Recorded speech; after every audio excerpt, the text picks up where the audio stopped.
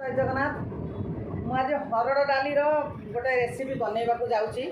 बैगण चप हरड़ डाली सांगरे यहाँ मुझे पेस्ट बनई कंचा लंका आंब अदा टिके दीटा सुखिला लंका रसुण 5-10 कला रसुण पकईकि पेस्ट बनई ये पेस्ट सहित मुझे बैगण चप करी आसतु देखिए मुझे बर्तमान बैगण चप करने को जाऊँगी पकईली जो पेस्ट बनई आग जो पेस्ट सहित गोल बैगण पकाऊँ देखु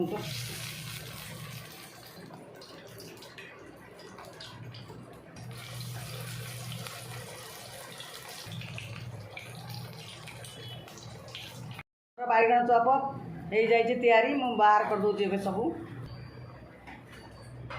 चप प्रस्तुत हो जाए